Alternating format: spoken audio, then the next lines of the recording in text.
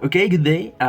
Today I'm going to make a brief description of the project that we are developing related to the plumbing facilities for a building of 4 levels with one flat per level located in Bogota, which defines the median temperature that also determines the viscosity and density of the water.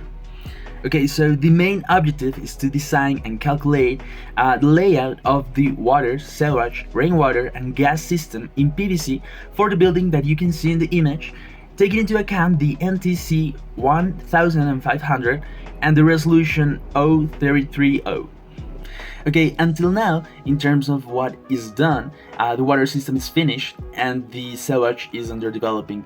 So for the drinking water was used the probability and Hunter methodology, considering in each one the calculation of the friction factor by Darcy-Weisbach, taking into account the equation of Colebrook-White and Hazen and Williams, since this must flow in a pressured pipe. The main findings are that according to the Hunter methodology using Darcy-Weisbach friction factor, the flow is equal to roughly 1 liter per second, and the pressure in the entrance reaches around 17 meters of water column, which is a very important aspect to define if the system will work with the pressure given by the aqueduct or to select the most adequate water pump.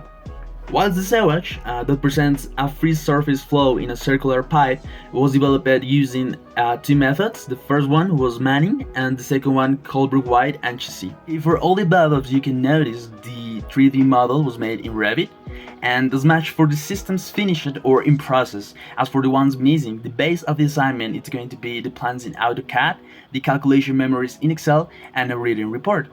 So remember that the rainwater and the gas installations are the ones missing.